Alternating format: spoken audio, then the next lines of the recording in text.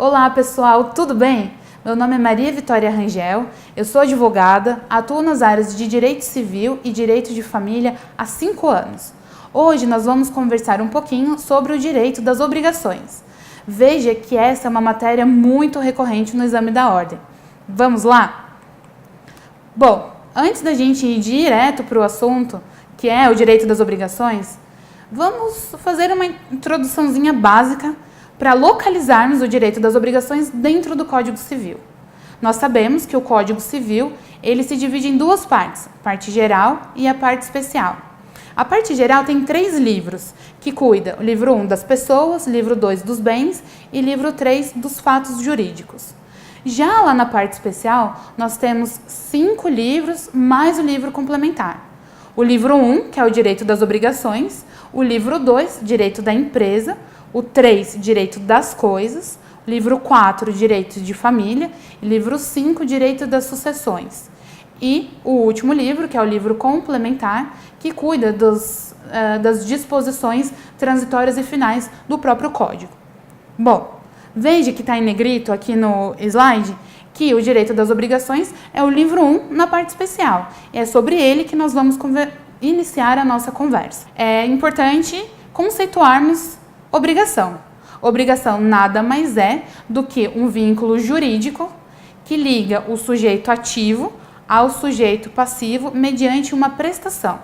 Ou seja, nós temos o credor, que é o sujeito ativo da relação, é aquele que detém o direito de exigir a prestação. E o que é a prestação? O objeto. Veja que nós criamos uma fórmula. Credor mais objeto mais devedor é igual a obrigação. Ou seja, credor, sujeito ativo, o objeto é a prestação, que pode ser de dar, fazer e não fazer. Nós temos o devedor, que é o sujeito passivo. Veja que essa relação entre credor, objeto e devedor origina uma obrigação. E aí, eu imagino que você esteja perguntando, mas de onde que surge essa obrigação? De onde que surge esse direito do credor ter o direito de receber do devedor algo? Ou seja, o devedor é obrigado a me entregar, a fazer ou a deixar de fazer alguma coisa por mim. Veja que são 3 fontes. A lei, a vontade entre as partes, por meio do contrato, conforme está previsto aí no slide, ou por ato ilícito ou ato unilateral de vontade. Prosseguindo, vamos conversar um pouquinho sobre a distinção do direito das obrigações dos direitos reais. Veja que até no título aqui do slide eu coloquei entre parênteses direito das obrigações pessoal. E por que é pessoal? Porque o foco dessa relação jurídica no direito das obrigações é entre sujeitos, ou seja, sujeito ativo mais sujeito passivo em razão de um objeto, que é a prestação. Já no direito real, qual é a relação? É a relação de um sujeito ativo, que é titular de um direito sobre determinada coisa. Então, lembre-se que o direito real, ele sempre será vinculado a uma coisa. E aí, já entrando no primeiro item que nós estamos trabalhando as distinções entre direito das obrigações e os direitos reais. A coisa, no direito das obrigações, ela é incorpórea, ou seja, ela não é algo que se toca, como no direito real. A coisa, ela é incorpórea em regra. E veja que já nos direitos reais, a coisa é corpórea, ou seja, aquilo que tem corpo, que nós conseguimos pegar, né? Veja que eu coloquei entre parênteses em regra, porque sempre cabe uma exceção. E um exemplo dos direitos reais, uma coisa incorpórea, é a propriedade intelectual. Não é assunto da nossa aula de hoje, mas qualquer dúvida, me mandem mensagem, a gente vai conversando, que eu posso te esclarecer também. Bom, prosseguindo. Como nós conversamos que o direito das obrigações é uma relação pessoal, onde o sujeito é o foco, nós temos 2 sujeitos, o ativo e o passivo. Ou seja, o sujeito ele é determinado ou determinável em relação à obrigação que ele adquire. Já nos direitos reais, o sujeito passivo é indeterminado, Porque nós trabalhamos na relação de sujeito ativo mais a coisa mediante o domínio, ou seja, a relação de poder sobre aquela coisa, de forma que o sujeito passivo ele é indeterminado. Voltando agora para o direito das obrigações, nós vemos que o vínculo é transitório, enquanto nos direitos reais o vínculo é permanente. Mas por que no direito das obrigações o vínculo é transitório ou temporário? Porque uma vez que o sujeito ativo, o devedor, ele adquire uma obrigação com o credor e ele a cumpre, essa obrigação se extingue. Então, esse vínculo jurídico entre credor e devedor acaba. Ou seja, ela tem começo, meio e fim. Já nos direitos reais, o vínculo é permanente, porque uma vez que o sujeito ativo, o titular do direito, detém um domínio sobre essa coisa, ali permanece. E veja que já no próximo item da nossa tabela de comparação, nós vemos que os direitos reais, eles resultam da lei, de forma que o rol do artigo 1225 do Código Civil, ele é taxativo, ou seja, somente aqueles direitos que estão previstos no 1225 são considerados direitos reais.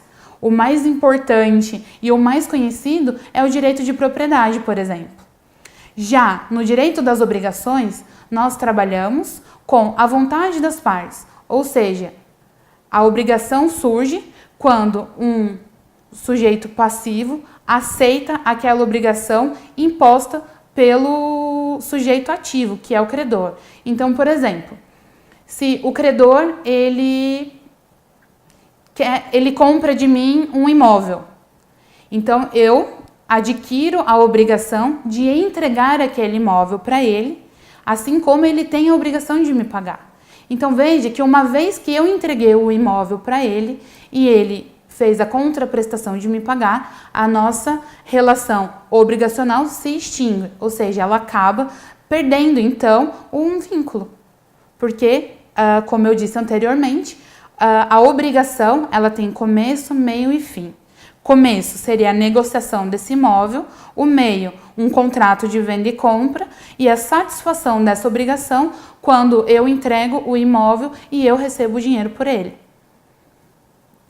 E veja que nessa relação, desse exemplo que eu estou dando de um contrato de venda e compra, quem se vincula nessa relação? Comprador e vendedor, não é mesmo?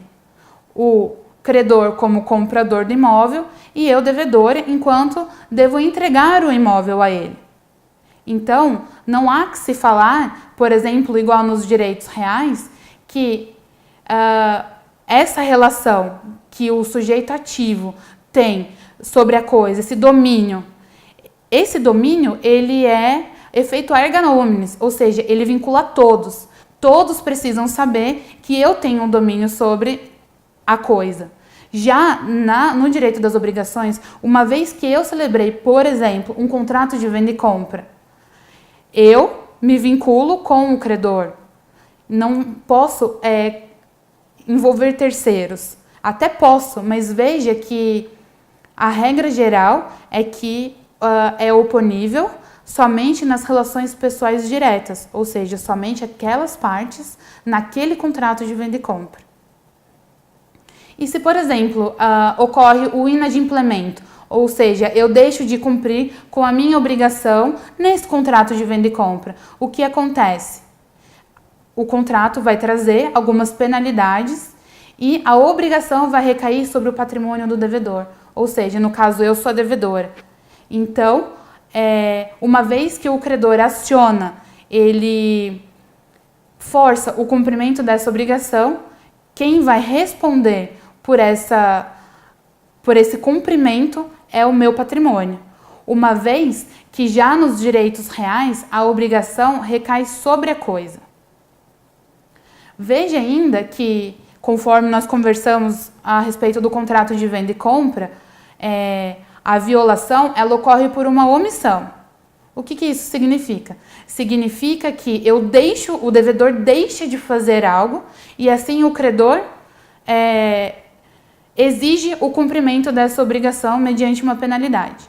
Quando eu deixo de fazer a obrigação, eu a violo por meio de uma omissão. Já nos direitos reais, a violação é por uma ação. Por exemplo, eu tenho a propriedade, que é o domínio sobre uma coisa. Então, meu direito real é a propriedade. Então, vamos supor que eu tenho uma casa e eu sou proprietária dessa casa e vem alguém e invade a minha casa e tenta um uso capião. Veja que ela promove uma ação. A pessoa vem e invadiu a minha casa. Então, essa é a diferença. Uma vez que no direito das obrigações, para que eu viole essa relação jurídica, é uma omissão, eu deixo de cumprir. Então, eu deixo de entregar determinada coisa, eu deixo de fazer alguma coisa quando eu deveria fazer, ou eu faço alguma coisa quando eu deveria deixar de fazer, no caso de uma obrigação de não fazer. Já nos direitos reais, a violação do direito, a violação dessa obrigação surge a partir de um sujeito tentando praticar uma ação, como no exemplo de alguém invadir a minha casa. Certo? Bom, prosseguindo, nós vamos falar agora de 3 situações chamadas obrigações híbridas. O que é isso, híbrida? Ela não é nem necessariamente um direito, uma obrigação, né, um direito das obrigações puro, mas também não é um direito real puro. Eles se misturam. A primeira delas, que é a obrigação propter rem, que a gente estudou bastante na faculdade, não é mesmo? O que é a obrigação propter rem? Propter rem significa em razão da coisa, ou seja, decorre de um direito real que o titular da coisa possui. Por exemplo, numa relação de condomínio, o artigo, eu até cito como exemplo o artigo 1336, no inciso 3 do Código Civil, que diz que o condômino ele não deve alterar a fachada do prédio em um condomínio edilício. Ou seja, uma vez que ele adquire o imóvel, ele adquire a responsabilidade de ser condômino e de cumprir com as regras de ser condômino. Já a segunda obrigação híbrida é a obrigação com ônus real, ou seja, ela limita o uso e o gozo da coisa em razão de um direito real já constituído. Eu dei como exemplo o artigo 805 do Código Civil, em que o credor ele pode exigir do rendeiro, num contrato, para que ele preste uma garantia real dentro de um contrato oneroso. Já na obrigação com eficácia real, veja que o nome é bem parecido, obrigação com ônus real e obrigação com eficácia real, mas são 2 institutos completamente diferentes. Uma vez que existe uma obrigação com eficácia real, ela não perde, a obrigação com eficácia real, ela não perde o caráter de direito pessoal, mas ela ganha oponibilidade a terceiros. Mas o que é isso? Terceiros se tornam oponíveis porque, uma vez que eu adquiro esse direito, e eu dou conhecimento a terceiros mediante um registro. Um exemplo disso são os artigos 1417 e 1418 do Código Civil, que até vocês podem ler e eu gostaria de ler para vocês. Compromisso de compra e venda em favor de promitente comprador, quando não se pactua o arrependimento e o instrumento é registrado no cartório de registro de imóveis, adquirindo este direito real à aquisição do imóvel, à sua adjudicação compulsória. Bom, prosseguindo, agora nós vamos entrar de fato em quais são as modalidades das obrigações. Veja que eu listei quais são essas obrigações e nós vamos iniciar por cada uma delas. O Código Civil, ela traz quais modalidades? A obrigação de dar, que ela se divide em dar coisa certa e incerta, a obrigação de fazer, não fazer, a obrigação alternativa, divisível e indivisível, e as obrigações solidárias, que podem ser ativas ou passivas. Vamos começar? Bom, antes da gente começar, veja que eu citei os artigos de lei, porque é importante para o exame da ordem vocês terem um conhecimento daquilo que a lei diz. Então, por favor, eu peço que vocês leiam os artigos. Aqui nós estamos trabalhando com uma forma resumida, citando os pontos principais, mas é importante a leitura do Código Civil. Vamos lá? Bom, primeira delas, a obrigação de dar. Consiste numa obrigação positiva, ou seja, algo que eu tenho que fazer, que é entregar a coisa. Ela se dá de duas formas, transcrição e tradição. A transcrição é o modo de entregar a coisa de um bem imóvel e está previsto no artigo 1227 do Código Civil. Já a tradição é um modo de entregar a coisa, ou seja, o que é essa coisa? Um bem móvel. E está previsto no artigo 1226 do Código Civil. Veja que dentro da obrigação de dar, nós temos a obrigação de restituir. A obrigação de dar é eu entrego uma coisa que é minha para a pessoa em razão de uma obrigação já adquirida.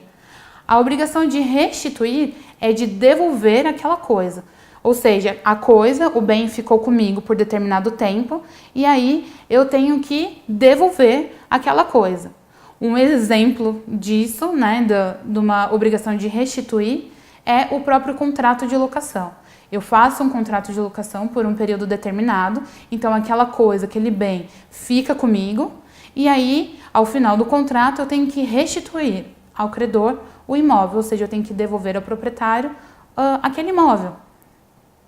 Bom, prosseguindo, nós temos a obrigação de dar coisa certa. O que é coisa certa? É que tem o gênero, espécie, quantidade e qualidade. Ela abrange também os acessórios da coisa, seja ela frutos, benfeitorias ou produtos. E quando a gente fala da perda da coisa? Veja que há duas situações na lei, sem culpa do devedor e com culpa do devedor.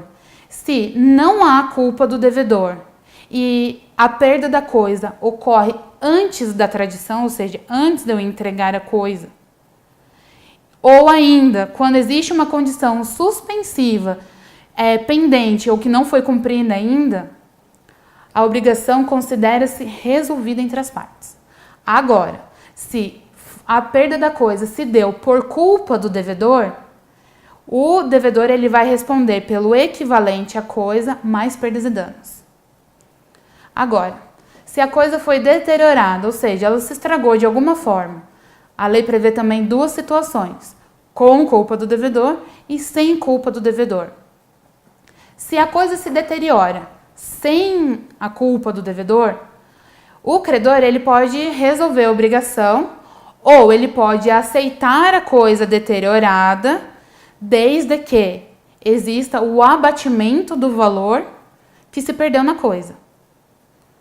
Agora, se a coisa se deteriorou porque o devedor foi culpado, poderá o credor exigir o equivalente da coisa deteriorada ou aceitar a coisa no estado em que ela se encontra, mais indenização por perdas e danos. Veja que esse é um assunto muito importante e recorrente no exame da ordem. A diferença da perda da coisa e da coisa deteriorada e qual é a responsabilidade do devedor enquanto sem culpa e com culpa. Isso está bem escrito a partir do artigo 233.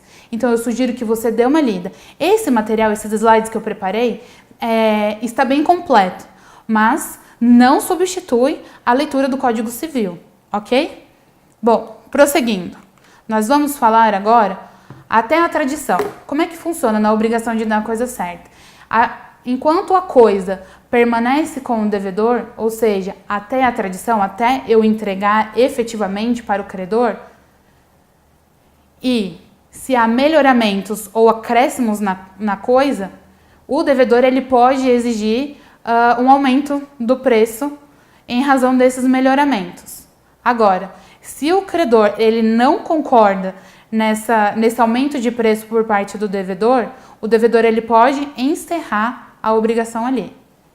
Agora, eu imagino que vocês estejam se perguntando, mas tá, e os frutos? Por exemplo, um contrato de locação, eu recebi o imóvel de volta, mas e se existe uma sublocação em que o proprietário concorda?